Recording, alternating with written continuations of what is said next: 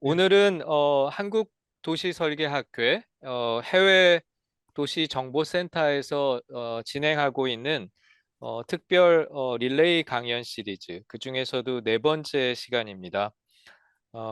오늘 주제는 보스턴, 그중에서도 그 케임브리지 MIT 대학교의 지하철역이 위치한 캔들 스퀘어, 이곳이 지난 한 25, 6년 동안 엄청난 변화를 진행해 온 것 같고, 특히 무엇보다도 지난 그 코로나 시기 때 우리나라의 정치 분들 하시는 분들이 가셔서 약 빨리 달라고 졸랐었던 그런 상황이 생각이 돼서 어, 어, 도시의 미래를 끌고 나가는 거점으로서 어떤 큰 변화가 있어 왔는지 궁금하고, 마침 저희가 너무나 좋은 훌륭한 분을 섭외하게 돼서 반갑고 기대됩니다.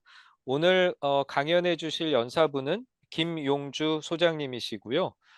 홍익대학교에서 건축을 공부하시고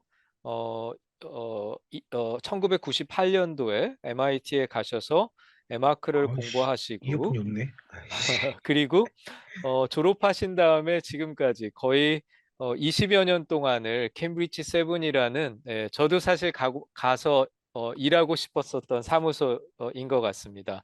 이 사무소에서 많은 일들을 진행해 오셨고, 직접 이 그 캔들 스퀘어 프로젝트에 관여해 주셨는지는 모르겠지만, 여하간 무엇보다도 그 동네 분으로서 이 동네가 캔들 스퀘어가 어떻게 변화됐는지 이 과정들을 객관적으로 알려주실 수 있는 적임자라고 판단이 들어서 감히 저희가 연락을 드렸고 흔쾌히 수락을 해주셨습니다.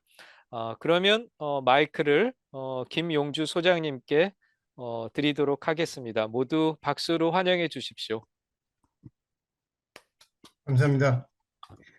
안녕하십니까. 저는 김용주라고 합니다. 여기 캠브리지에서 산지 98년에 와가지고요.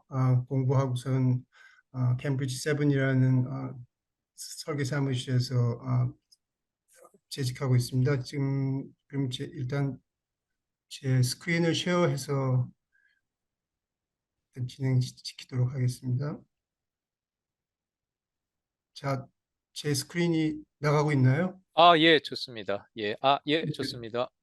네, 그러면 아, 교수님께서 간단하게 설명해 주셨는데 일단 모르시는 분이 훨씬 더 많으실 것 같아서 저희 회사에 대해서 잠깐 간략하게 소개해 드리면 창립은 1962년도에 창립됐고요. 바로 이 캠브리지에서 이제 하버드 건축과 학생들이 그 당시 졸업하고 이제 만든 젊은 그 당시에는 젊은 건축가 그룹이었죠.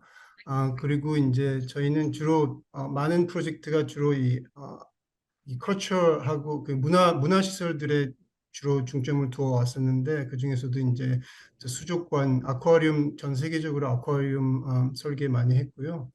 그다음에 이제 각종 뭐 칠드런스 뮤지엄이라든지 각종 네이처 센터라든지 익지빗 하면서 많은 그런 분야의 과제들을 수행해 왔습니다. 그리고 이제 최근에는 이제 호스피털리티나 아니면 다른 그 아카데믹 그리고 다른 분야로도 많이 영역을 넓혔고요. 한 사무실은 저희 그냥 캠브리지에 하나 있습니다. 근데 저희 일하는 그 범위 지역은 전 세계 한 15개국에 현재 저희 작품들이 있고요. 한 뭐 한 만 개 정도 여태까지 프로젝트가 좀 넘게 수행했다고 저희 마케팅 팀에서 그러더라고요. 그래서 좀 그런 회사 캠브리지 세븐입니다. 그래서 저는 여기 2001년 초에 합류해서 지금까지 일하고 있습니다. 먼저 캠브리지 이 캔들 스퀘어 그 일단 물론 아시는 분도 많으시겠지만 간단하게 로케이션 소개드리면 미 동부 지역에 매사추세츠 주의 보스턴 바로 옆에 도시가 있는데요. 그 캠브리지라는 도시가 있는데 거기에 여기 보시면 이제 커서가 보시면 약간 가장 이 보스턴하고 근접한 그 바로 찰스강 넘어서 에 있는 지역에 위치하고 있습니다. 매사추세츠 주 전체 한 인구는 한 700만 좀 안 되고요. 그다음에 캠브리지 자체는 한 12만 좀 안 되고 있습니다. 그건 2002년 작년 센서스 기록이고요. 일단 그 캔들 스퀘어가 이제 코비드 때문에 아마도 전 세계적으로 그 많이 알려지기 시작했는데 또 백신 때문이죠. 전 세계적으로 어, 주요한 그 세 개의 백신이 그 다 이 캔들 스퀘어에 있는 바이오텍 그 산업 그 회사들과 연관된 곳에서 나왔습니다. 첫 번째로 모더나와 그다음에 파이자 그다음에 어, 이 얀센 그 백신들이 이 다 이 캠브리지 바이오 이 테크 이 지역에 있는 곳에서 나왔는데 옛날에 이 보스턴 컨설팅이라는 그룹에서 보스턴 컨설팅 그룹이라고 컨설팅 그룹이 있는데 그에서 리포트를 낼 때 인용했던 말이 the most innovative square mile on earth라고 가장 혁신적인 그 지역이라고 명을 했거든요. 근데 이제 그게 실제로 원 마일이라고 했지만 실제적으로 이렇게 여기 지도상으로 보시면 원 마일보다는 거의 1km라고 보시면 됩니다. 이게 1km 스퀘어로 보시면 그게 바운더리가 이제 약간 캔들 스퀘어 이렇게 바운더리가 이렇게 보이죠. MIT와 같이 접하면서 이제 약간 북쪽으로는 저쪽 위에 이스트 캠브리지 네이버 접하고요. 그다음에 이제 약간 서쪽으로는 여기 이제 약간 캠브리지 중심가 쪽으로 그다음에는 이제 요 아주 간단하게 이 캔들 스퀘어 그 마켓 프로파일 여기 보시면 뭐 다양합니다. 인구 분포도 다양하고 한데 레이스도 물론 많은 백인 위주 50% 이상이고 하지만 캠브리지가 굉장히 다양하다고 저도 생각했었는데 이렇게 센서스를 보니까 아직도 50% 이상이 그 백인 위주로 구성되어 있고요. 캠브리지가 일단 또 좀 더 스케일 그 지역적인 그런 스케일 감 비교하기 위해서 제가 간단하게 이 삼성동 코엑스 몰 지역에 한번 만들어 봤습니다. 여기 삼성동 코엑스 몰과 그 건너편에 그 요즘 이제 현대 자동차 글로벌 센터인가요? 거기 그 부지가 있잖아요. 거기하고 그 지역으로 이 정도 규모가 한 1km 아, 그 스퀘어 정도 되는데 그게 이제 캔들 스퀘어하고 스퀘어가 이 정도 비슷하다고 좀 이해하시는데 좀 도움이 되라고 제가 한번 만들어 봤습니다. 일단 그 도시적으로 얘기하기 전에 그 일단 산업적인 면에서 먼저 간단하게 말씀드리면 지금 이 캔달하고 물론 캔달 스퀘어도 굉장히 중요하지만 캔달하고 이게 MIT하고 빼놓을 수 없죠. 그래서 MIT하고 캔달 그 지역 주변하고 조금 더 가까이는 이제 캠브리지 포트라는 지역이 이쪽에 있는데 캠브리지 포트에 있는 이쪽까지 해서 이 지역에 지금 보시는 그 산업 그 분포 그 회사들이 어떤 첨단 회사들이 있는지를 이렇게 정리해 놓은 그 이 도표입니다. 이게 그 MIT에서 제공한 건데 보면 물론 이게 MIT 건물들이 이렇게 진한 빨간색으로 많이 있고요. 그 다음에는 이제 대부분 에너지 섹터의 그런 건물들, 그 다음에 IT 데이터 뭐 옛날부터 강자였죠. IT와 데이터 컴퓨터 쪽으로 이 지역이. 그리고 이제 최근 들어서 이제 바이오 산업, 바이오텍 기업이라든지 아니면 빅파르마 같은 그런 큰 제약회사들 이렇게 분포한 그 것을 볼 수 있습니다. 그리고 또 조금 더 자세히 보면요. 여기 맵에서 여기 하얀색으로 점선된 요 서클 부분이 굉장히 타이트한 서클인데 여기는 바로 메인 스트리트하고 그 바사르라는 그런 스트리트이 있는데 그 만나는 지점입니다. 근데 그게 그 말을 하기를 그이 와일드라는 매거진이 있습니다. 이쪽 테크놀로지 쪽에서 좀 이름이 있는 매거진인데 거기서 이 서클 안에 있는 그 코너 바사르와 이 메인에서 그 발생하는 그런 그 어떤 이코노믹 그런 임팩트가요. 아마도 전 세계 글로벌 이코노미 한 1 or 2%, 1에서 2% 정도나 되는 그런 큰 임팩트를 가지게 될 것이다, 미래에라고 말했습니다. 그 이유가 뭐냐면 이게 자세히 좀 보시면 MIT 쪽으로는요. 여기 MIT에 모두들 잘 아시죠? 그 프랭크 게리가 설계한 굉장히 독특한 건물, 그 MIT의 스테이라 센터가 있고요. 여기서는 주로 AI, 컴퓨터와 AI 쪽을 담당하고 있습니다. 그리고 바로 그 위에는 MIT의 그 Brain and Cognitive Science Center라고 이 머리 쪽에 대해서 연구하고 있고요. 그 아래쪽으로는 그 코크 인스티튜트라고 뭐 캔서 아주 중요한 그 MIT에서 그 캔서 리서치하는 센터고 그 밑으로 MIT 바이올로지 디파트먼트하고 케미스트리 디파트먼트가 있습니다. 그게 이쪽에 이제 다 집약이 돼 있고요. 그 길 건너 요 메인 스트리트 길 건너에는 바로 세계적으로 유명한 그 화이트헤드 인스티튜트 그리고 그다음에 그 건너 바로 옆에 브로드 인스티튜트 이 두 인스티튜트는 뭐잘 아시다시피 그 진 휴먼 게놈 프로젝트 이제 진행했고 그 이후에도 이제 전 세계적으로 아마도 화이트헤드 인스티튜트는 전 세계적으로 가장 많이 인용되는 그 페이퍼와 그다음에 페이튼 그런 바이오 쪽에 관련된 그걸 여기서 계속 발생하고 있는 그런 아주 유명한 기관이죠. 그러니까 요 서클 내에 있는 이 생태계만 보더라도 그 이제 너무 이게 아마도 그 캔들 스퀘어가 왜 성공적으로 바이오 쪽으로 이제 그렇게 전 세계적으로 강제가 됐는지를 알 수 있을 겁니다. 이 가장 근접한 거리에 이런 그 탤런트들과 그런 석학들이 연구를 하면서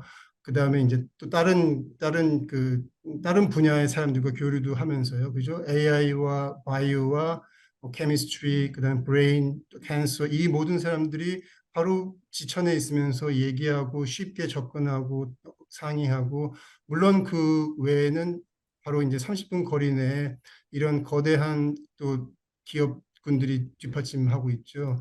그 구글이라든지 마이크로소프트, IBM 각각의 그 헬스케어 디파트먼트 헤드쿼터가 다 이쪽에 자리 잡고 있고요. 그다음에 이제 세계적으로 유명한 그런 제약회사들 중에 거의 반 이상, 거의 한 70% 정도 되는 그런 회사가 다 여기 캠브리지 캔들 근처로 왔습니다. 노바티스라든지 파이자 뭐 등등. 그다음에는 이 30분 거리 내에 모더나라든지 블루보드, 에날름 같은 굉장한 그 성공적인 그 스타트업에서 시작해서 벤처 기업으로 성공한 바이오텍도 있고요. 또 이런 그런 벤처가 성공하기까지 그 전폭적으로 뒷받침해준 그 벤처 캐피럴 그런 유명한 회사들 아틀라스라든지 뭐 플래그십 같은 것도 바로 옆에 있고요.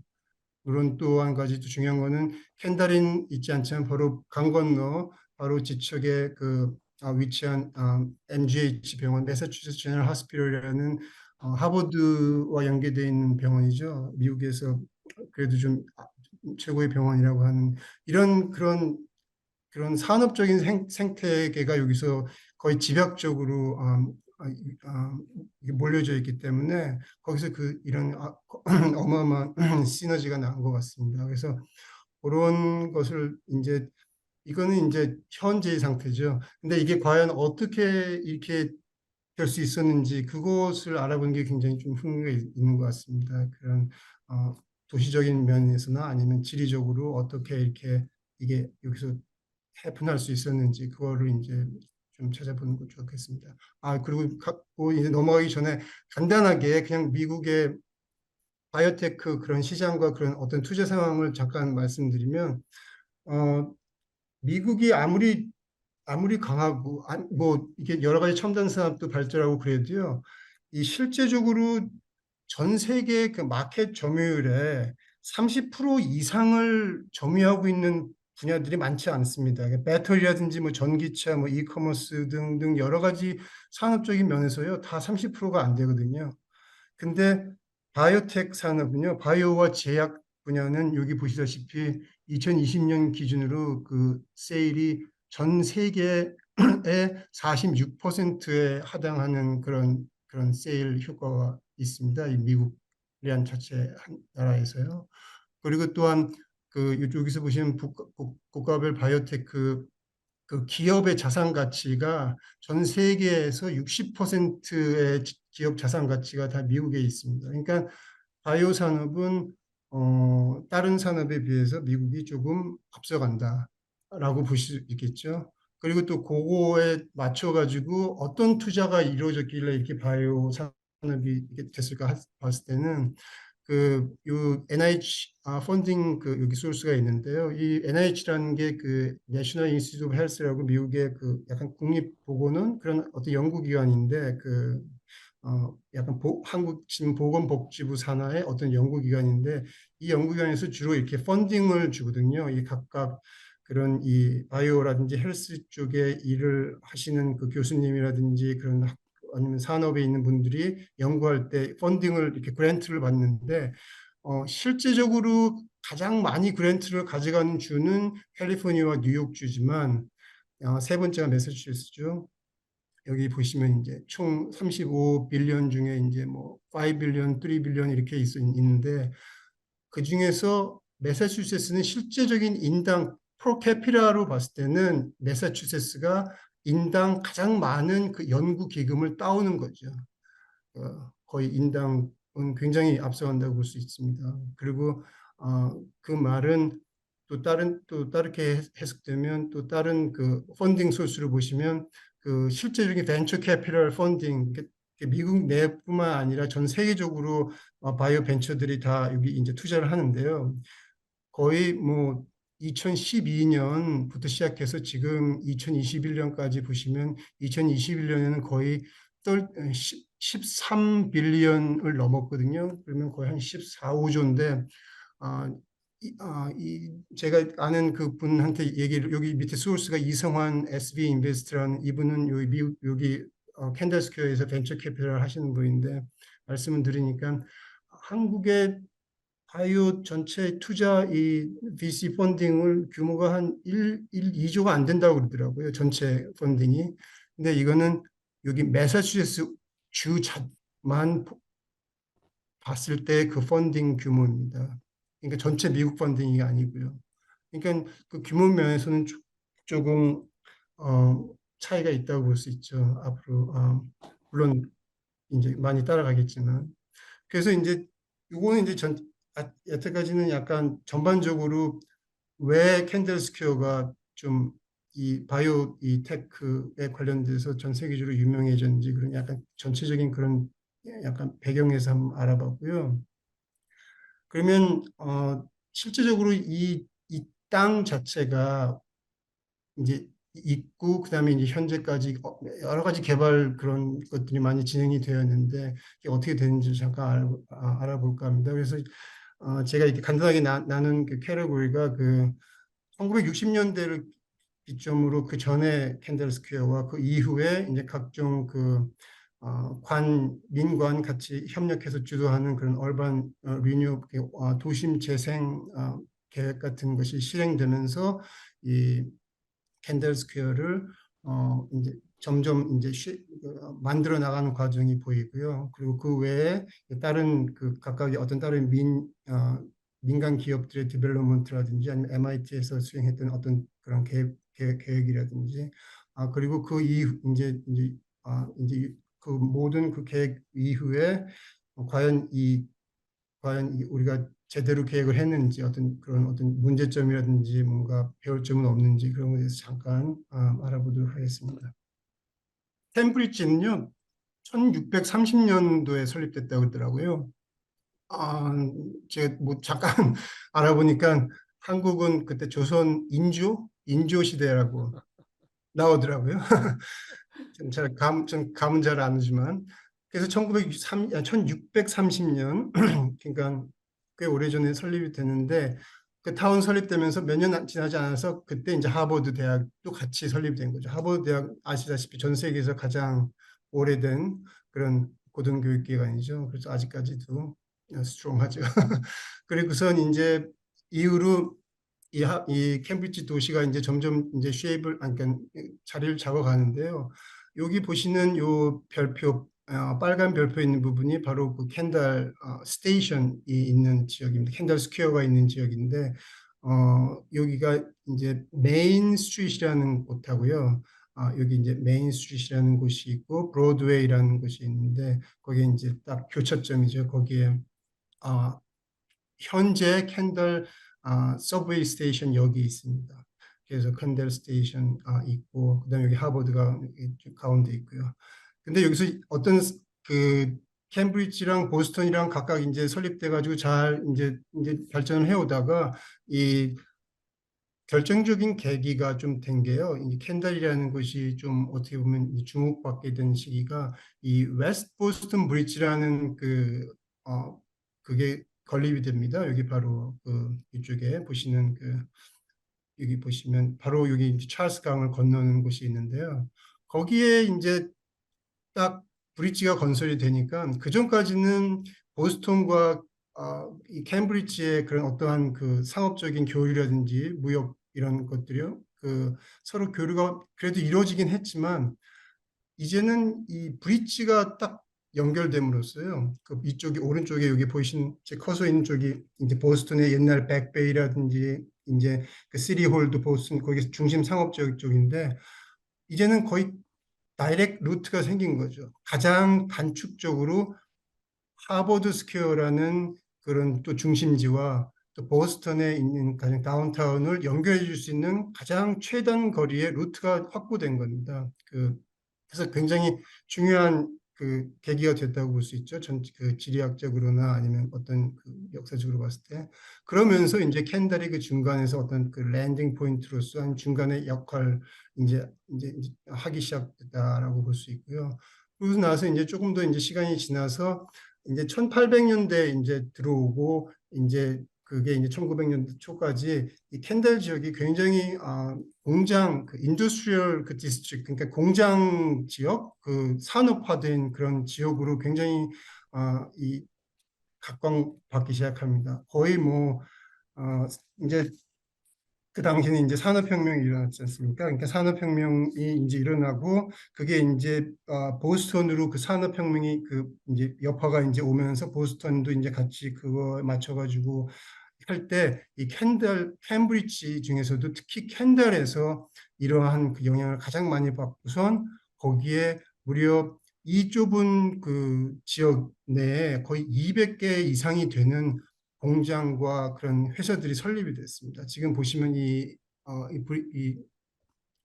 거의 뭐 굉장히 빼곡하게 이 당시에 거의 진짜 브릭 빌딩 그런 큰 웨어하우스라든지 공장 뭐 파운드리라든지 이런 여러 가지 공장들이 설립되면서 뭐 정말로 그이뭐 매사추세츠는 물론이고 전 미국적으로 이 굉장히 유명한 산업 도시가 된 거죠. 뭐 잘 아시다시피 여러 가지 그 물건들이 여기서 많이 나왔는데요. 그 중에서도 이제 뭐, 이게 좀 저도 보면서 좀 재밌었는 게 첨단의 소방 고무호수 공장이라는 것도 있고요. 그때 당시에는 굉장히 고무호수가 있긴 있었는데 그 러버로 만든 게 고무호수가 사용하다 보면 찢어지고 그러지 않습니까? 그러니까 이거를 굉장히 실 같은 걸로 리인포싱을 해가지고 그걸 만든 그런 테크닉을 이용해서 기술 개발을 해가지고 그걸로 만든 그런 공장도 있었고 굉장히 유명했던 그다음에 이제 뭐 자전거 타이어 공장도 그 당시에는 굉장히 앞서 나간 기술이었고 그리고 또한 레블스 브라더스라는 굉장히 큰 비누 공장 제조하는 그 공장이 있습니다. 그 공장도 이쪽에 이사 오게 됐고요. 럭스라는 LUX라는 그 브랜드가 있는데 저도 옛날에 그 썼던 기억이 나더라고요. 그리고선 이제 여기 보시는 그 캔더 보일러 앤 탱크 컴퍼니 빌딩이라고 아직까지 여기 있습니다. 여기 캔들 스퀘어에 자리 잡고 있는데 이분이 이제 이 시기에 이제 여기서 그 보일러 관련된 아주 크게 사업을 하시는 분이고 굉장히 어, 명망도 높고 그래서요. 이 캔들 스퀘어가 나중에 명명을 그렇게 하게 된 거죠. 특히 그 캔들 그 전철역 오픈할 때 이분의 이름을 따서 그 전철역을 캔들 스테이션이라고 만들었습니다. 예, 이건 약간 그 좀 사이드 디스커션이긴 하지만 이 찰스 데븐포트라는 또 유명한 또 하이테크 그 기업가가 있었습니다. 이분은 뭐 하셨던 분이냐면 이 당시에 그 기차 차량이 있지 않습니까? 기차 차량인데 그게 패신저 그 승객 차량을 굉장히 첨단 기술을 이용해 가지고선 조용하고 안락한 그런 게 만드는 그런 그 차량 기술을 개발해 가지고 이 캠브리지 포트에 굉장히 큰 공장을 지으시고 여기 옆에 보시는 긴 왜냐면 이 공장이 길 수밖에 없죠. 왜냐면 기차 그 차량을 요 안에서 제조하니까요. 그죠? 근데 요게 그분이 굉장히 그 성공한 기업가였는데 이분이 또 도시적으로도 또 관심이 있으시고 그래가지고 또 마침 그분이 공장을 가지고 있는 그 요 캔들스퀘어 근처에 있던 그 캠브리지 스포트라든지 이쪽에 이제 땅을 좀 많이 그때 당시에 사셨나 봐요. 그래서 땅을 사신 후에 그 약간 마스터 플랜을 아주 세웁니다. 이게 아주 멋있는 이런 그 당시에 마스터 플랜을 세워서 찰스 강변으로 굉장히 좋은 이런 그 파크를 이제 강변 그 파크를 만들면서 여기 지금 현재 여기 보시는 요 삼각형 요 부분이 그 지금의 이제 MIT가 자리 잡고 있는 곳인데요. 여기를 이분은 그 고급 주택가로 택지 개발을 하신 분의 한 다음에 그걸 이제 분양할 계획을 가지고 있었던 것 같아요. 근데 요 계획이 불행인지 다행인지 몰라도 실행이 옮겨지지 않았습니다. 만약에 실행이 됐으면 MIT가 이 자리 잡지 못. 그래서 이제 요게 이제 MIT 그거는 아까 전에 찰스 데븐포트 잠깐 마스터 플랜 잠깐 보여드렸는데 그거는 약간 사이드 디스커션이고요. 다시 본론을 돌아와 가지고는 여기 이제 1912년도에 굉장히 여태까지 이제 캔달이 이제 그 브릿지도 그 연결되고 해서 굉장히 발전하고 산업화 도시로서 굉장히 각광을 받았는데 그 와중에서 또한 가장 또 중요했던 그런 어떤 역사적인 그런 그 것이 바로 그 서브웨이 스테이션이 여기 개통했다는 것이죠. 이 지하철이 개통이 됨으로써 보스턴과 하버드 스퀘어와 이제 지하철이 또 이제 연결이 되고 그 바로 캔달 여기 스퀘어의 그 메인과 브로드웨이가 만나는 부분에 역이 생김으로써 그 앞으로 펼쳐질 100년 후에 펼쳐질 그런 그 개발에 아주 큰 중추적인 역할을 하게 된 것이고요. 또 중요한 거는 또 같은 날 공교롭게도 1912년 3월 23일 같은 날 MIT가 토지 계약을 체결했습니다. 이것은 MIT는 원래 이 보스턴 백베이 쪽에 있던 학교였습니다. 그쪽에서 처음 생겨서 이름은 첫 초창기에는 보스턴 테크라는 이름을 가지고 있었고요. 이 밑에 보시면 이 건물 보이시는데, 근데 이제 아시다시피 보스턴 백베이라는 곳은 주로 주거 단지입니다. 그래서 주거 단지이기 때문에 이제 이런 인스티튜션이 이제 점점 확장을 해야 되는데 제한이 많이 있었죠. 그러다 보니까 자연스럽게 이제 땅을 이제 이전할 땅을 찾던 와중에 이제 눈이 들어온 게 이제 바로 강 건너에 이제 캠브리지에 이제 강변, 찰스 강변에 그런 공지들이 있는 걸 보고 그 당시 이제 MIT 이제 어, 프레젠트죠. 그분이 이제 여기를 이제 낙점하시고 사인을 한 거죠. 그게 바로 공교롭게도 캔달 서브웨이 스테이션 오픈한 날과 MIT 토지 계약이 체결됐다. 그래서 굉장히 이쪽에서 사람들이 보는 관점에서 굉장히 중요한 이벤트라고 생각합니다. 근데 이제 요게 이제 이런 이벤트가 생기고선 이제 잘 산업화가 되고 하나 싶었는데요. 이게 또 그게 이제 역사라는 게 이 올라가는 게 있으면 또 내려가는 것도 있다시피 이 1930년에 전 세계적으로 디프레션이 오지 않았습니까? 그래서 그 영향으로 이 보스턴도 별로 좋지 않았습니다. 30년대 이제 40년대까지 해서. 근데 또 그러다 보니까 이제 세계 대전도 터지고요. 근데 이제 이게 또 재밌는 이 또 사건이 뭐가 생겼냐면 이 전쟁 중에 이제 미국 그 이제 국방부에서 MIT에게 도움을 요청하죠. 이제 전쟁에서 이제 좀 필요한 기술들을 좀 의뢰를 많이 합니다. 그래서 생긴 것이 그 MIT의 그 레디에이션 랩이라고 레드 랩이라는 그 2차 세계대전 때 생긴 여기 이제 랩이 있습니다. 이 랩이 MIT의 어떤 그 추후 나중에 굉장히 그 MIT를 그 전자 그런 쪽 산업 연구라든지 이런 쪽으로 굉장히 그 뭐랄까요, 인정받게 만든 그런 랩이 되는데요. 이 랩의 그 영향으로 이 당시 이 전쟁 이 중에 이제 과학자들이 여러 가지 개발을 많이 했죠. 근데 그 중에서 가장 유명한 건 이제 레이더 같은 그런 기술 테크놀로지를 개발했는데 이제 누구는 이렇게 이야기하죠. 원자폭탄이 2차 세계대전을 끝냈지만 실제로 이 2차 세계대전 전쟁을 승리로 이끈 거는 레이더 기술이었다라고 말합니다. 근데 그 레이더 기술 자체가 바로 여기 보시는 그 MIT 레드랩에서 개발이 되었고 전쟁 중간에 그다음에 이제 말하는 것은 이런 그런 마이크로파 전자공학 이쪽 분야의 그 기술을 그 전쟁 그 5년 동안의 그 시간으로 거의 25년 정도의 그런 개발 기간을 맞먹는 그런 성과를 발휘했다라고 그러고요. 그리고 이제 이게 또 나중에 자연스럽게 전쟁 후에 이 보스턴 지역의 그런 그런 디지털 컴퓨터 산업 특히나 이제 미니 컴퓨터 밑에 보시면 여기 DEC라고 있는데 디지털 이퀴프먼트 코퍼레이션이라고 굉장히 아주 그 당시에 굉장히 컸던 그런 그 미니 컴퓨터라든지 그 계산 처리하는 그런 장치를 전 세계적으로 파는 그 회사가 있는데 이런 회사들에 이제 영향을 끼치게 된 거죠. 그래서 그 세계 대전 끝나고 나서 한 50년대 이후 이제 60년대까지는 이런 컴퓨팅 산업 이런 것이 이쪽에서 조금 활발하게 일어났다고 싶습니다. 근데 이게 50년대 60년대 들어와서 잘 이제 이루어지나 싶었는데요.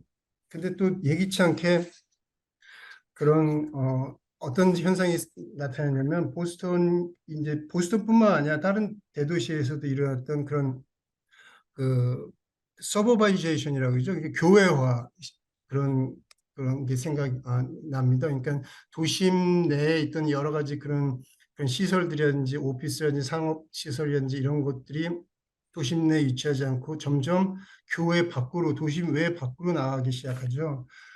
밖으로 나가기 시작하면 따라서 이제 도심은 이제 쉽게 말하는 도심 공동화 현상도 생기게 되고요. 그러다 보면 이제 도심 내에 이제 여러 가지 이제 슬럼화도 되고 진행도 되고 그런 와중에 이제 어떤 일이 생기냐면요. 물론 캔들 스퀘어도 예외는 아니었습니다. 캔들도 그 화려했던 그 옛날에 그 산업화에 아주 세계적으로 아니면 그 미국 내에서도 굉장히 그런 앞서가던 그런 산업화 도시가 점점 한두 공장씩 문 닫기 시작하고요.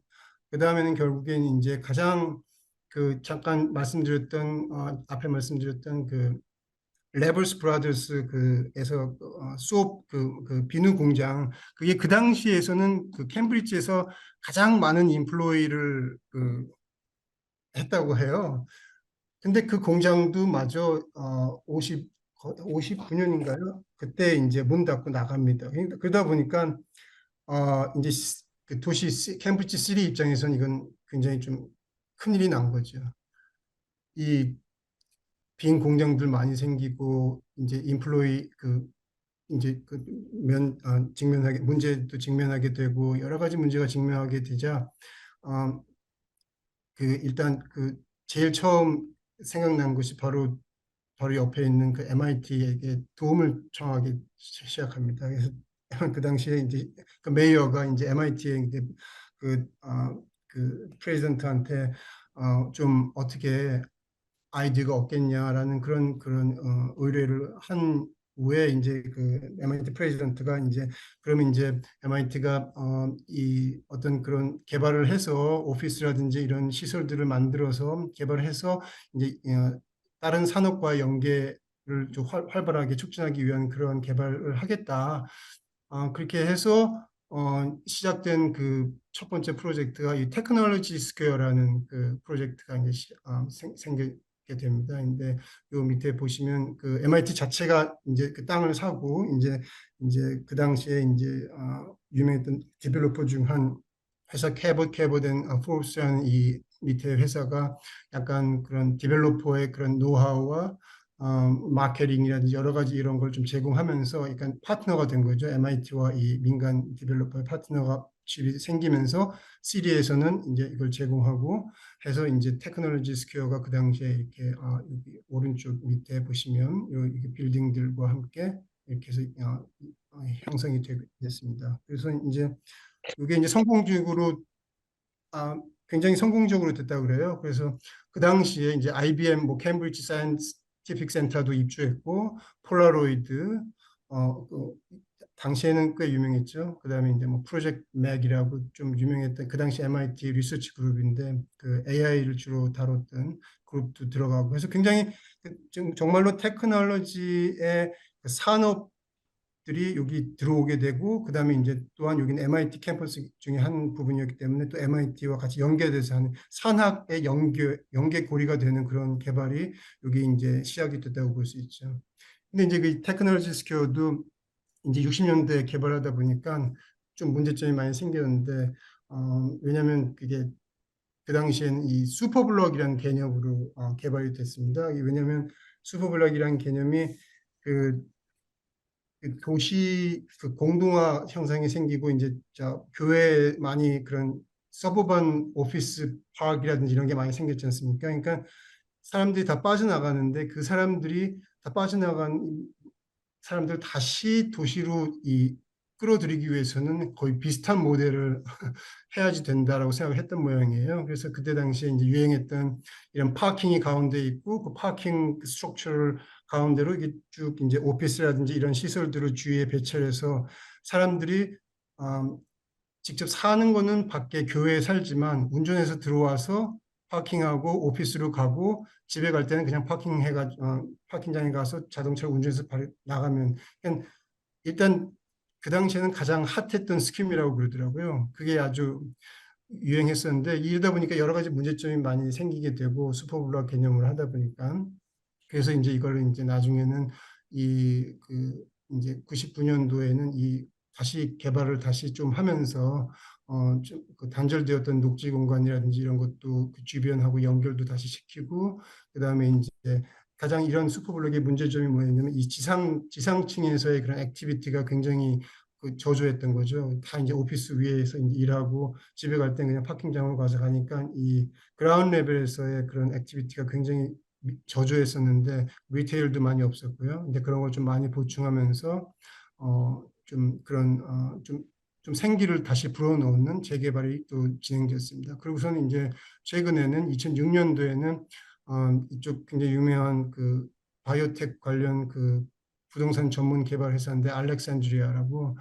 이 회사가 이 테크놀로지 스퀘어의 지분을 거의 한 90%를 매입해서 지금은 알렉산드리아 그 회사 주관하에 그 관리하고 있습니다. 이쪽에.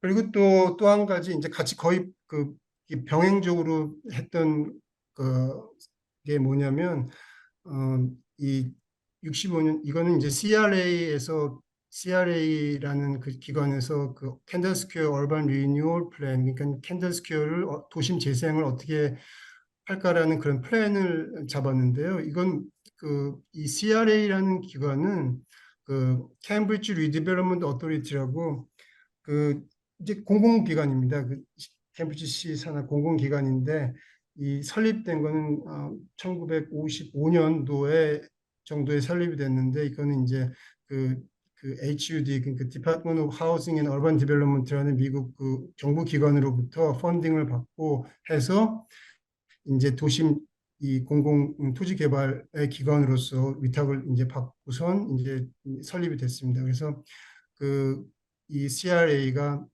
이제는 이 캔들스퀘어 물론 캔들스퀘어뿐만 아니라 다른 캠브리지의 다른 지역의 이런 공공 토지 개발도 하지만 거의 메인 포커스는 이 캔들 지역이 되었던 거죠. 왜냐하면 이 캔들 지역이라는 것이 그 산업화되고 그 디프레션 있고 여러 가지 이제 빌딩도 많이 이제 뭐 그 노후화되고 그다음에 이제 많이 비어 있고 뭐 이러다 보니까 좀 안 좋은 그 상태가 됐거든요. 그래서 또한 거기에다가 뭐가 또 생겼냐면요. 또 되게 중요했던 사건이 61년 정도에 그 케네디 대통령이요. 이제 막 그 우주 개발 프로그램이 굉장히 이제 관심이 있어 하실 때 그때 이제 이분이 보스턴 출신이니까 이 MIT 바로 옆에 캔달 쪽에 이 나사의 연구 시설을 이 나사 쪽에 유치하면 어떨까라는 생각을 하셨던 것 같아요. 그래서 그 이제 그쪽에 이제 생각을 하고서 이제 그게 이제 지침이 내려가고 해서 결국은 그 CRA가 그 지침을 따라서 거의 그 이 지역 좀 밑에 보시는 그 바운더리 되어 있는 부분을 거의 그 토지를 그 정리하는 그런 작업을 시작합니다. 그러니까 옛날 건물들 있으면 그런 것들 다 사서 철거하고 해서 거의 이 대지를 조성하는 거죠. 이 나사의 연구 시설이 들어올 수 있는 캠퍼스를 위한 대지 조성을 하는 거죠.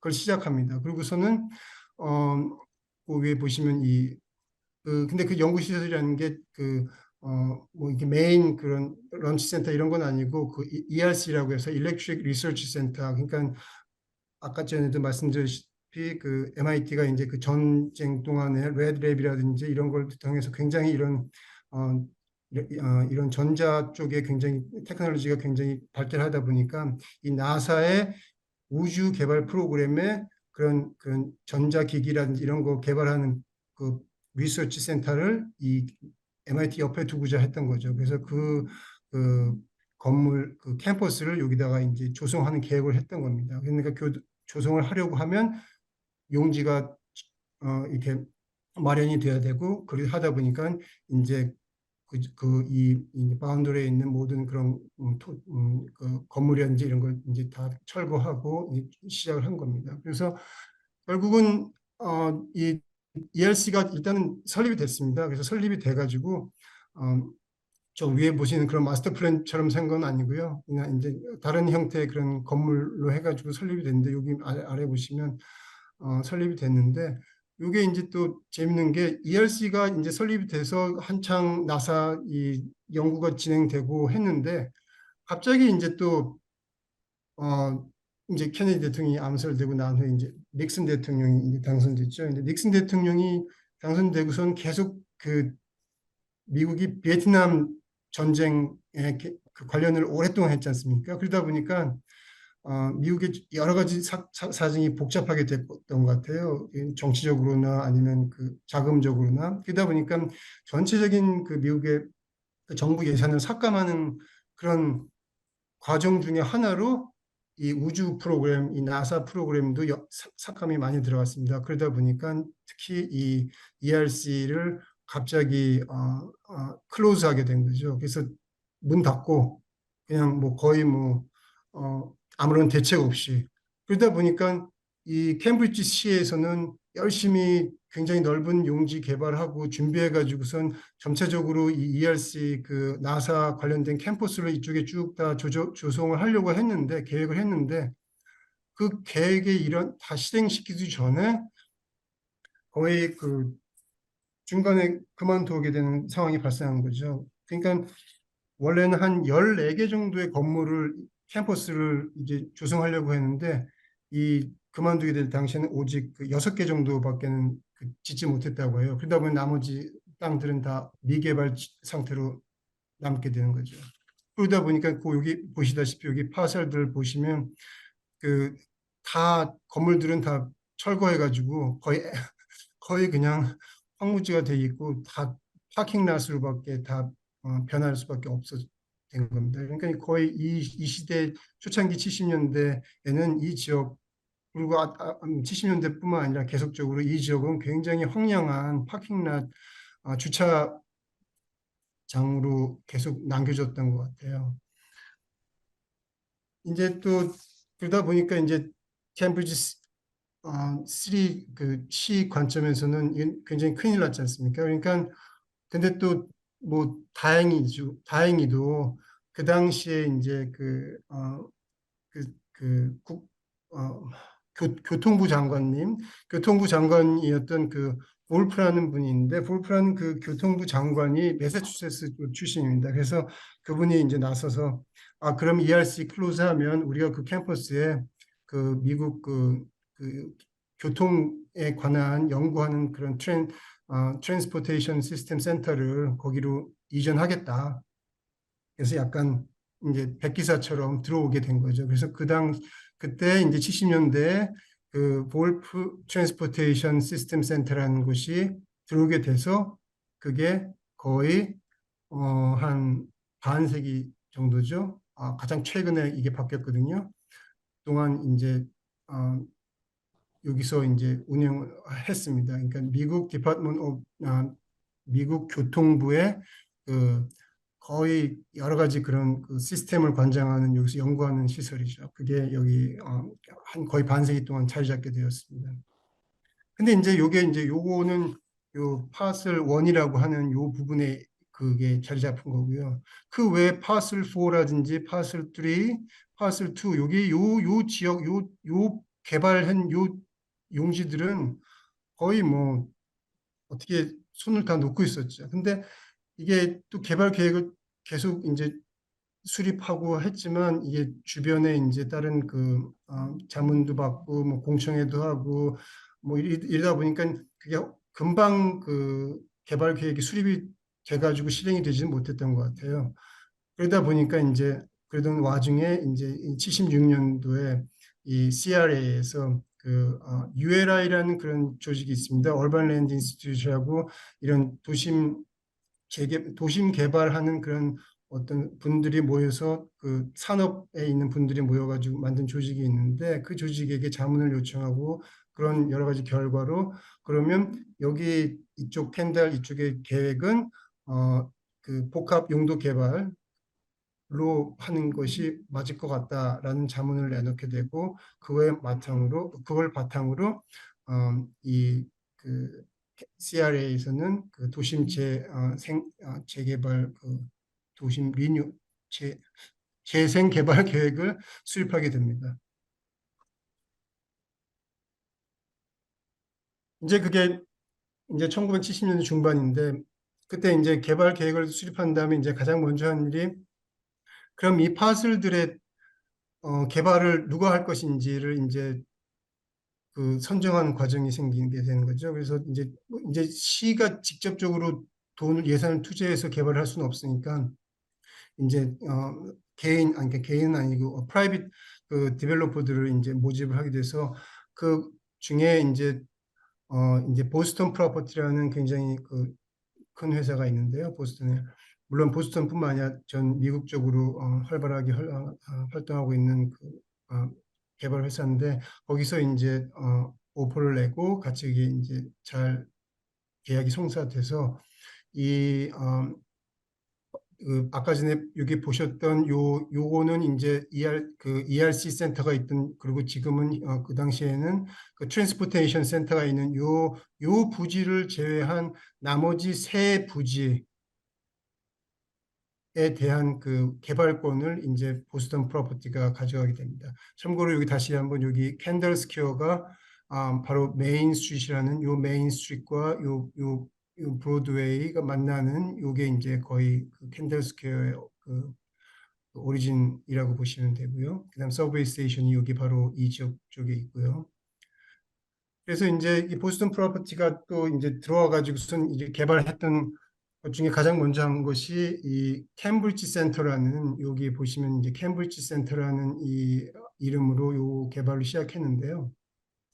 이것 또한 그 당시에는 좀 약간 유행했던 그런 형태죠. 그 슈퍼블랙 형태로 가운데 큰 주차장이 있고 그 주차장을 이제 다 연결하는 그런 오피스라든지 여기에는 좀 호텔도 이제 포함을 시켰고요. 그리고 또 이제 밑에는 또 트랜짓 그 캔들스퀘어 스테이션도 있으니까 그런 복합 용도 개발로 시작을 했습니다.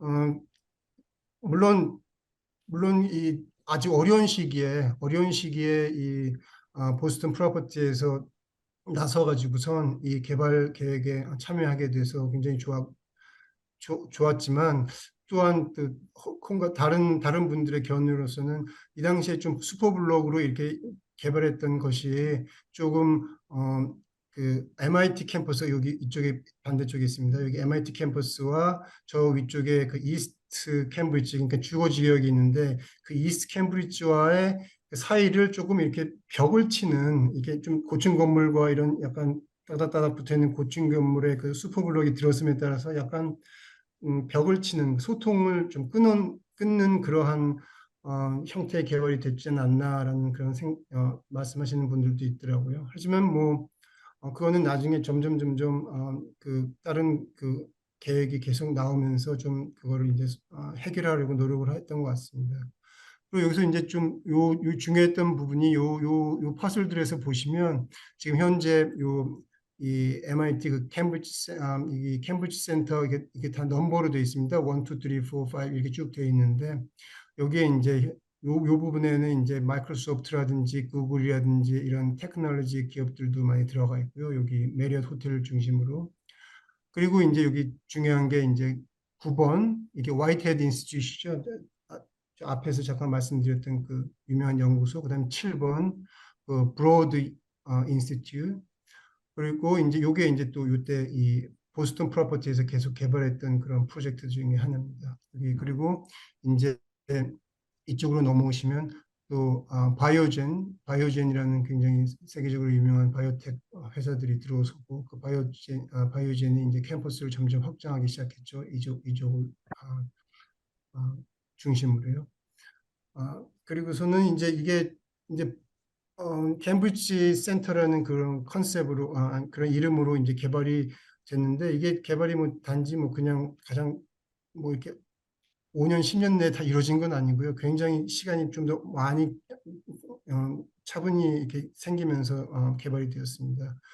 그러면서 이제 여기 이 캠브리지 센터가 이제 개발된 그 70년대 이제 중 후반으로 좀 들어오면서 물론 캠브리지가 그전에 산업화 시대였고 뭐 컴퓨팅도 발전됐고 또 그 다음에는 이제 나중에는 그 테크놀로지 뭐 AI 뭐 이런 쪽으로 소프트웨어 굉장히 세계적으로 유명한 로터스 소프트웨어도 이제 들어오고 막 이래서 그쪽으로도 굉장히 붐을 이뤘지만 한편으로 이제 바이오텍이 이제 시작된 거는 이제 좀 한참 나중이죠. 그래서 그 나중에 지금 요때 이제 시간이 이제 요때 1970년대 말인데 이 바이오텍이 시작될 수 있는 여기 캔더스퀘어에서 시작될 수 있다는 가장 큰 계기가 생겼습니다. 그 계기가 뭐냐면 이 바로 그 Ordinance for the Use of Recombinant DNA 그 Molecular Technology란 이 in the city 이게 제정이 되는데요. 이게 뭐냐면 그런 어떤 법령이 그 제정이 됐는데 그 리컴비넌트 DNA 몰레큘 테크놀로지라는 게 그 유전자 조작이 있지 않습니까? 그 옛날에 많이 우리가 듣던. 근데 이제 요 기술이 이제 처음에는 이제 저쪽 스탠포드 쪽에서 이제 나왔는데 이 기술을 이용해서 MIT에서 70년대 들어와 가지고선 굉장히 그 바이올로지 디파트먼트가 이제 생기고 그러면서 몰레큘러 그 바이올로지 쪽으로 굉장히 연구를 활발하게 시도하려고 하는데 이 기술을 사용해서 하면 추후에 뭐가 문제가 될 수 있다라는 그러한 어떤 그런 우려가 생긴 거죠. 그 유전자 조작을 하면 소위 말해서 프랑켄슈타인이 나올 수도 있다. 뭐 이런 그러한 그 염려가 그 시작된 거죠. 그러다 보니까 그 이 물론 과학자들 사이에서도 염려가 심하지만 생겼지만 이 퍼블릭 입장에서는 이거는 완전히 뭔가가 잘못돼서 이 연구소에서 새 나오거나 해서 잘못된 것이 퍼지면 이거는 뭐 그냥 그 연구소 자체의 문제만은 아니지 않습니까? 거의 도시 전체에 그런 영향이 미치기 때문에 이, 이 캠브리지에서 물론 그 정부 대책, 정부에서는 가이드라인을 만들어 놨습니다. 그 페더럴 레벨, 그 정부, 주정부나 그 연방정부 레벨에서는 어떻게 해서 잘 쓰면, 이 테크놀로지 잘 쓰면 괜찮다, 안전하다, 이렇게 얘기를 했지만 이게 또 막상 그 타운, 시 이쪽 레벨로 내려가서는 그 연방정부가 하는 것도 잘 믿을 수가 없는 거죠. 이게 뭐 된다고 그랬다가 갑자기 우리 타운에서 이게 해픈했는데 그러면 이게 터지면 우리가 손해 아니냐 이런 얘기가 나오기 시작하니까 갑자기 캠브리지 시리에서 그 모라토리움을 선언합니다. 리컴비넌 DNA 테크놀로지로는 연구할 수 없다 우리 도시에서는 갑자기 선언하게 된 것이죠. 그게 바로 1975년 이 정도 5년, 6년 이제 모라토리움을 선언해 버리니까 갑자기 이제 한창 그 이 테크놀로지로 유전자 이게 이제 해서 이제 여러 가지 연구를 진행하려고 했던 그런 MIT라든지 다른 대학교 하버드라든지 해서 갑자기 큰 걱정이 생기게 한 거고, 그러다 보니까 이게 이래서는 안 된다. 뭔가 이제 이걸 돌파구를 뚜차해서 거의 2년 동안 캠브리지 시와 그다음에 퍼블릭 그리고 각 학자들이 서로 디베이트를 해가면서 이것은 안전하다, 괜찮다라는 걸 설득을 해서 결국은 77년에 캠브리지 시에서 이걸 법령을 제정을 해서 어느 정도 컨트롤 하에서는 이런 테크놀로지를 사용할 수 있게끔 허가한다. 그러한 연구를 우리 캠브리지 내에서 연구소를 설립할 수 있고 그런 산업도 와서 그할 수 있다라고 그 법령을 만들어 줍니다. 이게 굉장히 중요한 게 바이오 산업에서는 이 시점, 이 1977년에 이 캠브리지에서 이 오디넌스가 나온 것이 굉장히, 왜냐하면 이것이 제정이 되었기 때문에 그 다음 바로 이제 한 5년 후에 그 바이오젠이라는 그 정말로 세계적으로 유명한 회사가 있는데, 바이오텍 회사가 그, 그 하버드 교수와 MIT 교수가 이렇게 합작해가지고선 스위스 제네바에서 처음 만들어졌습니다. 근데 이 제네바에서 만들어진 바이오젠이 그 자기네 그 본부 건물을 MIT 옆으로 오고 싶다 해서 왔습니다. 올 수 있는, 아주 쉽게 올 수 있습니다. 왜냐하면 이제 온다고 신청을 했는데 이제는 캠브리지시에서는 이제 그럼 이 테크놀로지가 위험하지 않다는 것도 인식하고 모든 이런 퍼밋이라든지 이런 것들이 모두 쉽게 그런 진행이 되게끔 해주니까 그러한 그 약간 뭐라 그럴까요? 그런 기반 조성을 이미 해놓은 거죠. 그러니까 이런 세계적인 회사가 굉장히 쉽게 이 캔델 지역으로 딱 옮길 수가 있게 됐습니다.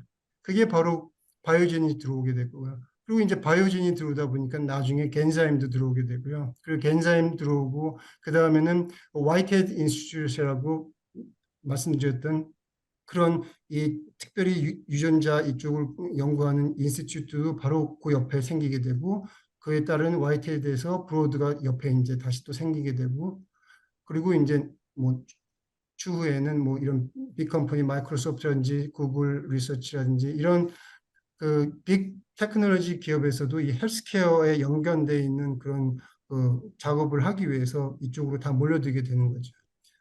그래서 그게 바로 어떻게 보면 지금 거의 77년 이후에 거의 뭐 한 45년 이후에 미국의 지금 그 캔들스퀘어가 바이오 산업의 메카로 발전하게 돼 있는 어떤 굉장히 초석을 다는 그런 사건, 계기가 되는 거라고 말씀드리겠습니다. 또한 그 이 사건 이런 계기도 있었지만 또 한 가지 또 이 캔들스퀘어를 또 이런 생태계가 만들어진데 가장 그 좀 도움이 됐다고 말할 수 있는 것이 두 가지 그런 그 부분이 있는데요. 하나는 캠브리지 이노베이션 센터라고 CIC라는, 이거는 뭐냐면 그 창업센터입니다. 그러니까 창업센터인데 1999년에 그 팀 로라는 그 MIT 졸업생이 그 요즘 많이 하는 코워킹 스페이스죠. 근데 코워킹 스페이스인데 코워킹 스페이스를 이런 주로 이게 테크놀로지 스타트업 하는 분들에게 많이 그에 맞춰 가지고선 제공을 하고, 또한 그분들이 같이 그런 상호 교류가 활발하게 일어날 수 있는 그런 테크 카페라든 그런 개념으로 그런 같이 만날 수 있는 그런 장도 연결해 주고 해서요. 이 CIC 센터가 바로 그 굉장히 큰 성공을 거두게 됩니다. 거기에서 실제적으로 이거는 뭐 팀 로 그 사람 그분이 이제 말씀하신 건데, 그 벤처 캐피털 이 테크놀로지에 관한 벤처 캐피털의 거의 그 펀딩이 만약에 한 14, 그 14조 정도가 들어온다 그러면 그 중에 거의 반은 이 CIC 건물에 있는 이 회사들이 따오는 것이다라고 말할 정도로 엄청난 그 펀딩을 따오는 그런 회사들이 그 스타트업이라든지 이런 회사들이 입주하게 되는 거죠. 그리고 또 또 재밌는 게 이거는 이제 99년에 이 팀 로우가 설립해가지고서 이제 굉장히 큰 성공을 거둬서 현재까지도 다른 전 세계적으로 이런 CIC 센터가 많이 유치하고 있는데요. 그거와 비슷한 또 형태의 좀 더 바이오테크와 연관이 되어 있는 이런 또 창업센터가 또 생깁니다. 이것은 바로 그런 랩센츄럴이라는 회사가 생기는데요. 이 랩센츄럴이라는 회사는 어, 이건 완전 민간은 아닙니다. 이게 약간 정부와 이게 주도형으로 해가지고선 약간 non-profit인데 이것은 뭐냐면 이것도 거의 비슷하게 그 플렉서블 코워킹 스페이스를 제공하는데요. 이것은 그 랩센츄럴이라는 곳에서 그 어, 제공하는 것은 지금 밑에 보시는 사진 것처럼 굉장히 오픈 스페이스 여러 가지 종류가 있는데요.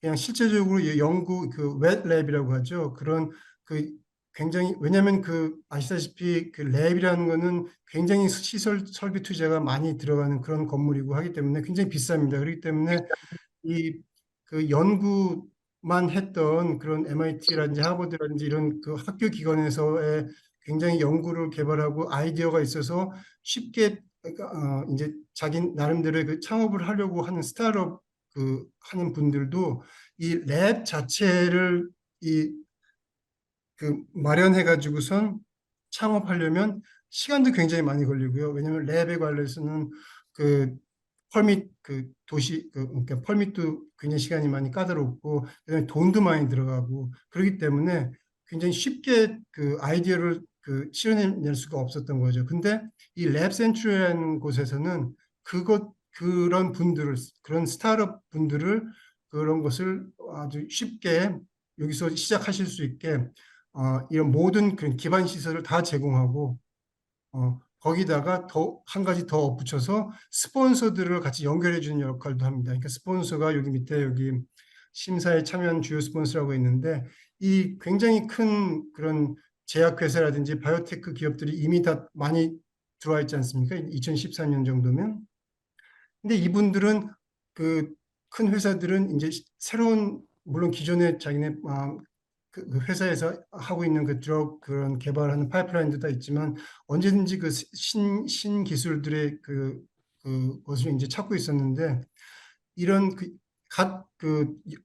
학교에서 연구하시고 했던 분들이 이 스타트업으로 나오고 그 스타트업으로 나왔던 분들하고 연결해주고 스폰서를 할 수 있게끔 이 랩 센츄리 만들어주는 거죠. 그래서 어, 다른 그런 피치데이 같은 걸 만들어서 그런 프레젠테이션도 하고 해가지고 스폰서 티켓을 땁니다. 골든 티켓이라고 해서요.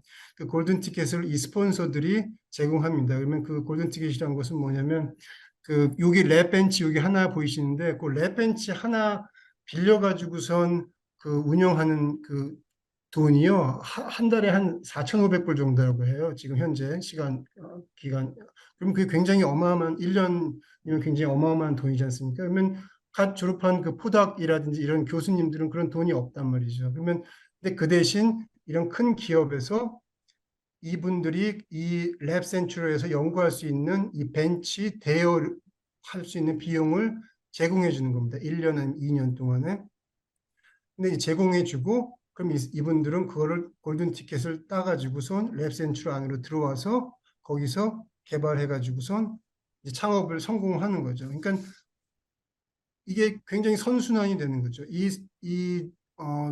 큰 기업은 큰 제약회사는 자기들이 이렇게 스폰서를 해주고 이 연구시설에서 나온 그런 굉장히 좋은 테크놀로지가 여기서 나와가지고선 창업을 하고 그러다 보면 이제 가까운 이제 제약회사라든지 이런 곳에서 같이 뭐 컬래버레이션도 할 수 있지만 이제 그 큰 회사들이 매입도 하기도 하고요. 그죠?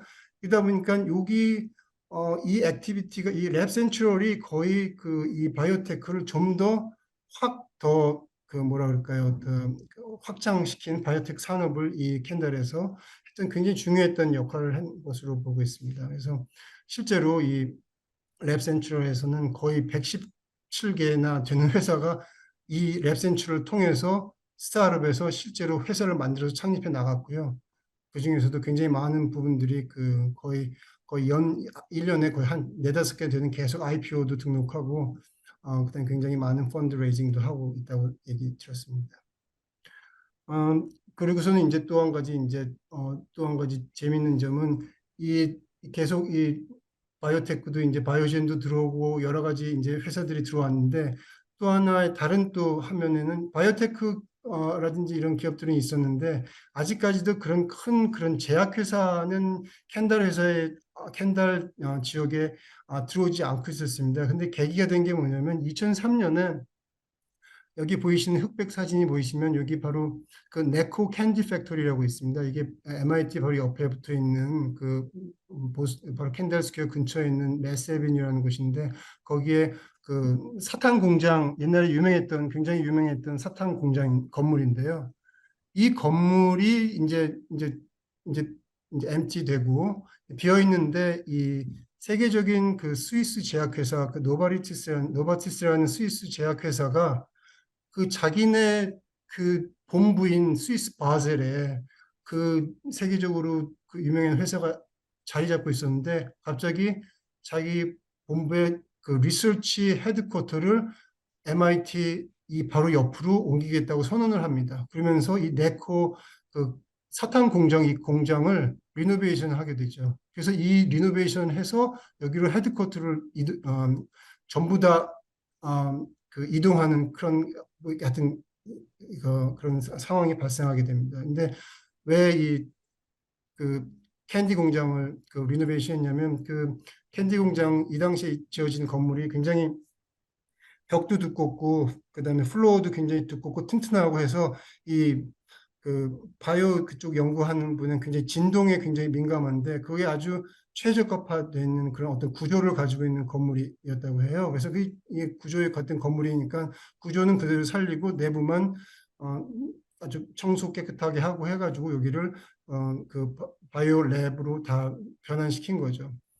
그러고 나서 또 바로 길 건너편에 또 노바티스 캠퍼스도 같이 또 만들고 해서 이 노바티스가 캠브리지로 들어온 계기가 돼서 이제는 그걸 따라서 전 세계 거의 빅10 중에 7, 8개인 이런 그런 큰 제약회사 본부 건물들이 다 들어오게 됩니다. 뭐 엠젠이라든지 파이저라든지 아스트라제네카 뭐 여러 가지 이런 겐자임 이런 여러 가지 본들이 다 이제 캠브리지로 다 이제 몰리게 되는 거죠.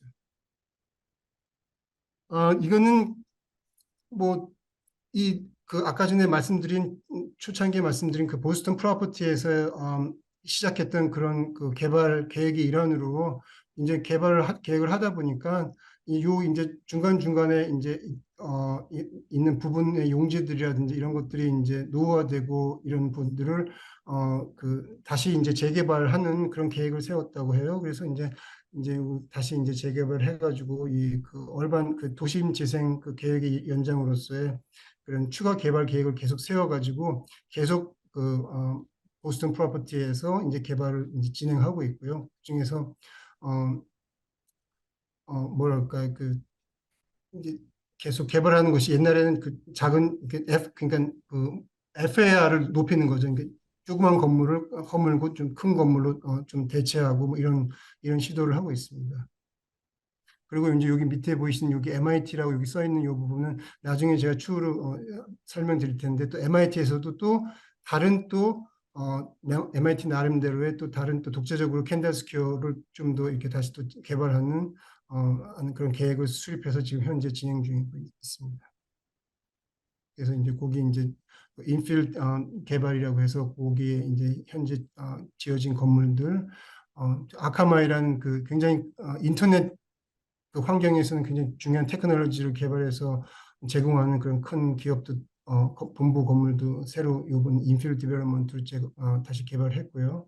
그다음에 이제 물론 이 전에 했던 개발 계획 중에서 가장 그 문제가 됐던 것 중에 하나는 이제 주거 쪽이 많이 취약했는데 주거도 이제 다시 또 하우징 쪽도 이제 개발해서 이제 제공하게 되고요. 또 한 가지 거기서 이제 그 인필 개발 중에 하나 또 재미있는 게 뭐가 있었냐면 그 이제 옛날에는 바이오젠 캠퍼스가 이쪽에 있었거든요. 바이오젠은 이제는 그 길 건너로 이제 이사 가고 해가지고서 다른 건물들이 있는데 거기 중간에 옛날에 슈퍼블록 개념의 중간에 이제 주차장이 있었습니다. 근데 그 주차장이 이제 그 지상 주차장이죠. 건물이죠. 근데 이제 이게 어, 보기도 안 좋고 뭐 이제 슈퍼블록 개념도 별로 안 좋고 이러다 보니까 이걸 다시 또 이제 재개발 다시 시작했는데요. 그 시작하는 계기가 된 게 뭐냐면 이 주차장을 허물고 거기 밑에다가 그 이 지역에 새로운 그 변전소를 지하에 설치하는 그런 계획을 같이 세웁니다. 이제 산업 그 여러 가지 이제 시설들이 많이 들어오고 하다 보니까 이제 지역에 있는 변전소에서 공급하는 에너지라든지 이런 것들이 조금 이제 약간 어, 불안정할 수도 있고 그러다 보니까 조금 더 좀 안정적인 전력 공급도 하기 위해서 여기에 이제 새로운 변전소 계획을 하게 되는데 그걸 지하에 그냥 다 묻어버리고요. 거의 지하 5층 되는 규모로 그 변전소를 묻어버리고 그 위에 공원을 만들고 그다음에 양쪽으로 건물을 개발해서 주거와 그다음 상업 시설 오피스를 개발하는 그런 계획을 지금 현재 진행 중에 있습니다.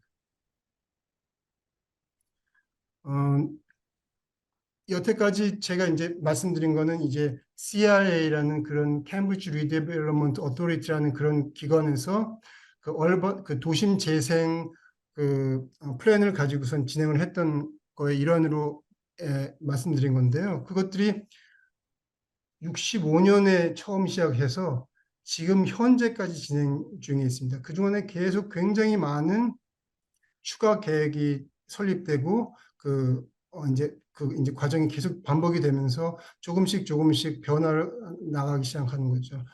어, 이제 이제 이거 간단하게는 그냥 물론 이제 그 보스턴 프로퍼티가 이 전체적인 개발권을 갖고 있어서 그거를 계속 그 추가로 이제 개발 계획을 진행하면서 점점 이제 용지도 FAR도 계속 늘리면서 또한 다른 그런 하우징도 추가하고 이러면서 하고 그것들이 이제 순차적으로 잘 여태까지 진행되고 있는 것 같습니다.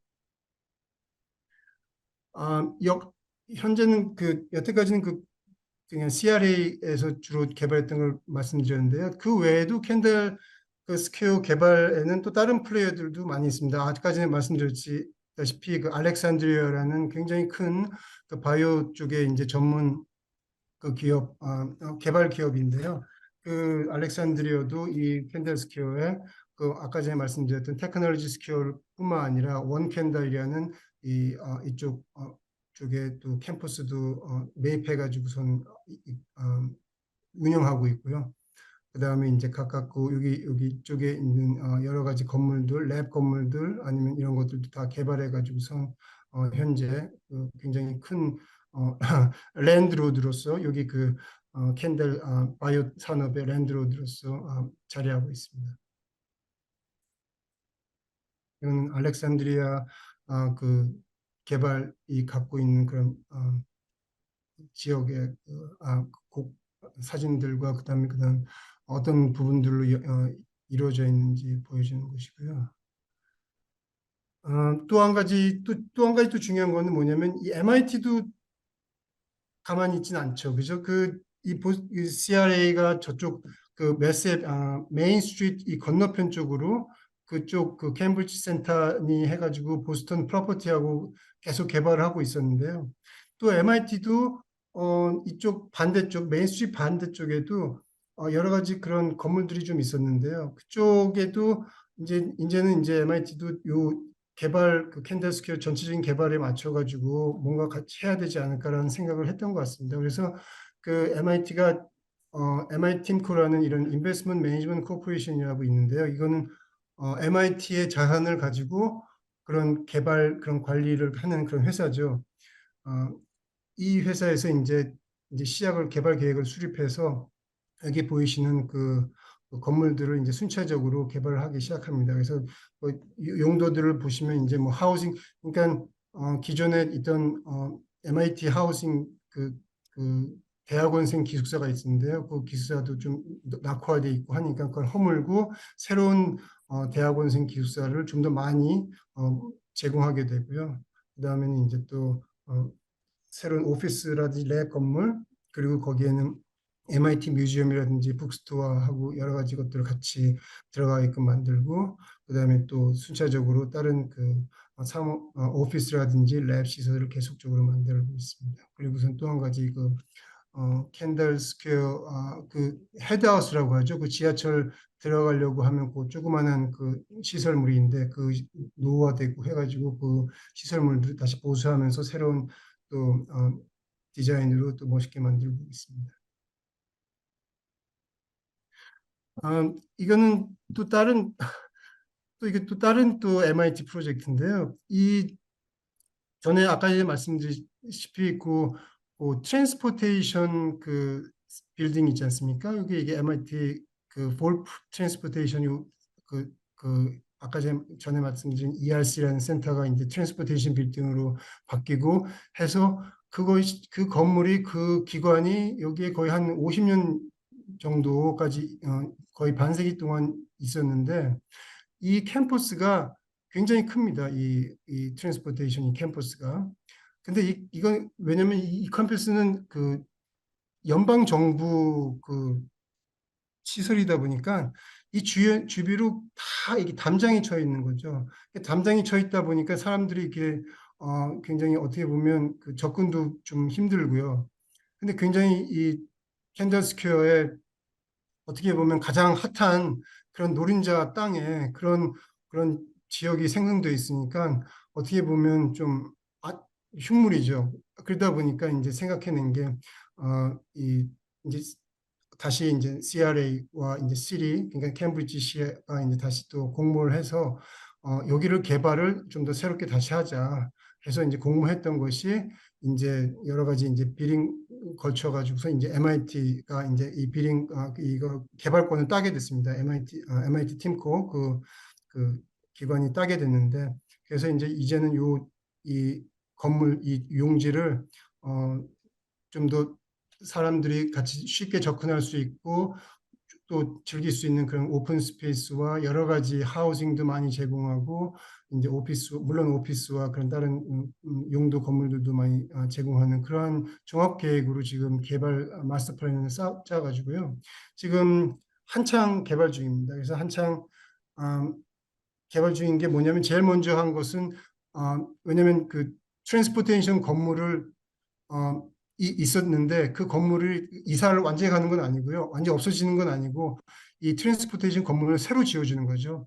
그 우리가 이 전체 개발을 하는 대신에 우리는 너를 위해서 트랜스포테이션 새 건물을 또 지어주겠다. 그래서 새 건물을 먼저 지었습니다. 여기 그 SOM에서 멋있게 설계한 그 트랜스포테이션 그 센터를 다시 완공을 했고요.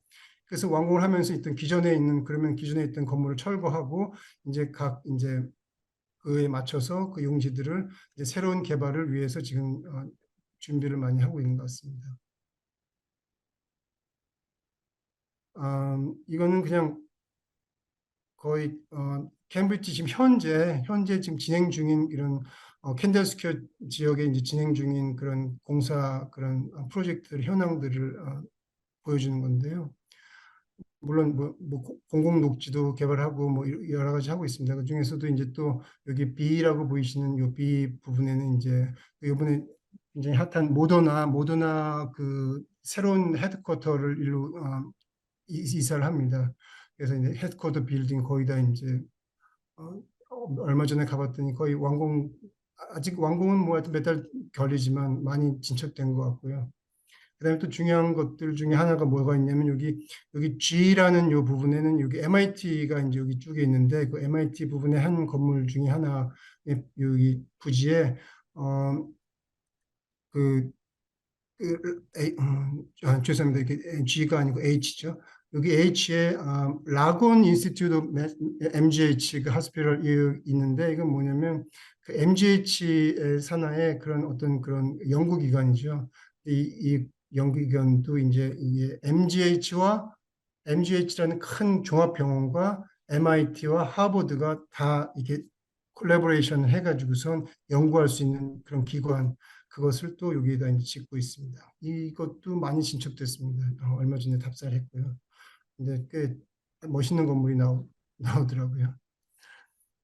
그러면 이제 굉장히 시간이 많이 걸렸죠. 시간이 많이 걸려서 캔들 스퀘어의 전체적인 그런 개발들을 많이 봤는데 이제 하다 보니까 이 여러 가지 이제 말들이 이제 많이 듣게 됐죠. 그래서 굉장히 고밀도 개발이 계속적으로 이게 상업화 많이 되고 랩이라든지 오피스라든지 물론 어, 하우싱도 조금 이제 추가로 되긴 개발되긴 했지만 이 캔들스퀘어 자체는 그 굉장히 어떻게 보면 불균형하게 됐다고 볼 수 있습니다. 그래서 굉장히 주거도 많이 부족하고 별로 어, 별로 살기에는 별로 적합하지는 별로 않은 어떻게 보면 어, 가보시면 거의 무슨 사이언스 대학교 캠퍼스란 개념이 좀 기분 좀 들 수도 있겠고요.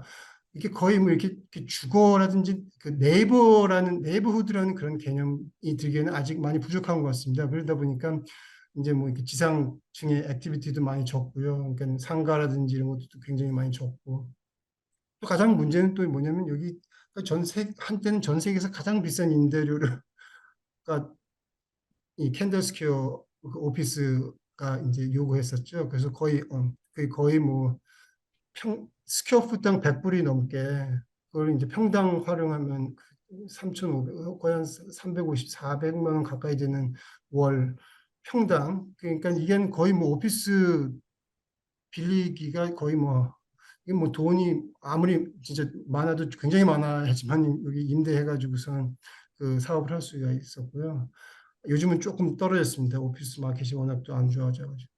하지만 이제 이런 것들이 부족한 점가 있었는데, 이것들이 이제 요즘 계속적으로 이제 얘기가 나오면서 이제 이거를 개선시키려고 노력을 많이 하고 있습니다. 그래서 특히나 그 저소득층 위한 주거, 이런 공급 면에서는 캠브리지시에서 그 약간 의무적으로 이 지역에서 9개 이상 유닛을 개발할 시에는 하우징을 그중에서 20% 이상은 저소득층을 위한 그 어포러블 하우징으로 제공을 해라라든지 또한 뭐 그다음에 이제 다른 프로그램 중에 하나가 뭐가 있었냐면 상업 오피스라든지 여러 가지 이런 개발을 할 경우 총 연면적의 5%는 최소한 그 이노베이션 스페이스라는 개념으로 할당을 해라. 그 말은 뭐냐면 이노베이션 스페이스라는 말은 뭐냐면 뭐 평당 100만 원, 평당 100만 원, 100불 이상, 스퀘어풋당 100불 이상 받지 말고 이 5%에 대한 이 부분은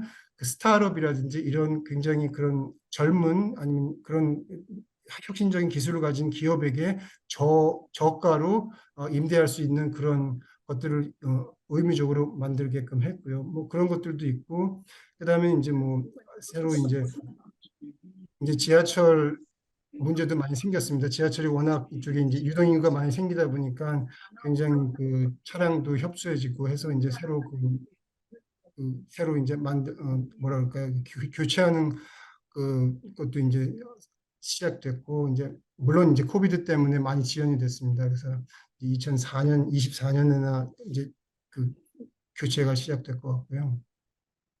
근데 이제 그러다 보니까 이제 또한 이제 시 자체적으로도 이제 커뮤니티 쪽에서 이제 문제가 생기다 보니까 이 여러 가지 이제 주민 공청회도 생기고 이제 캔들 어소시에이션이라는 것도 만들어지고 하면서 그런 걸 이제 돌파구를 찾은 게 뭐냐면 어 물론 주거 세대도 많이 공급하고 하지만 이 약간 너무 상업화적인 시설에 조금 더 그 문화적인 문화 시설을 좀 같이 확충하지 하는 게 어떠냐는 아이디어가 옛날부터 나왔습니다. 옛날부터 나왔는데 그게 현실화되지는 못했지만 이제 최근에 가장 주목할 만한 것이 이 바이오메드 리얼티라는 그런 또 하나의 그 바이오테크 개발하는 토지 개발하는 회사인데요. 거기서 큰 건물 여기 바로 그 겐자인 건물 바로 뒤쪽에 그 굉장히 큰 오피스 겸 그 랩을 개발하면서 저층부에 그 퍼포밍 아트 그 공연장을 제공하겠다고 나서는 겁니다. 그러면서 또 저층부에는 그 퍼블릭이 굉장히 자유롭게 쓸 수 있는 그런 문화 시설도 같이 제공하면서요. 그래서 이게 굉장히 어떻게 보면 큰 기폭제가 될 수 있다고 보겠죠. 지금 이제 공사 준비를 하고 있는 것 같습니다. 퍼밋은 다 지났고요. 그리고 여기는 또 하나 옆에 이렇게 보여지는 거는 브로드 그 퍼블릭 그러니까 지상층에서 그런 어떤 액티비티를 좀 더 활성화하게 시키기 위해서 그 일반 대중들이 쉽게 이 그 인스티튜트에서 뭐가 일어나는지 그 어떤 연구가 일어나는지를 좀 쉽게 알 수 있게끔 그 한 그런 일환으로 그 전시 공간을 좀 마련하게 됐습니다. 그래서 저희 회사에서 여기 브로드 디스커버리 센터라고 해서 브로드 인스티튜트 1층 로비에 그 퍼블릭들이 와서 브로드에서 일어나는 그 연구 외에도 전체적인 캔들 스퀘어에서 일어나는 그 연구들 그런 역사라든지 이런 것들을 많이 쉽게 볼 수 있게끔 하는 것들을 만들었고요. 그 다음에는 또 다른 게 뭐가 생겼냐면은 그 최근에 저희 그 회사에서 설계해서 완공한 프로젝트 중에 하나인데 그 파운드리라는 프로젝트가 있습니다. 그거는 여기 캔달 여기 스퀘어 이쪽 위치하고 있는데 옛날에는 아시다시피 산업화돼서 굉장히 큰 공장을 했던 그 건물이 남아 있었는데요, 아직까지.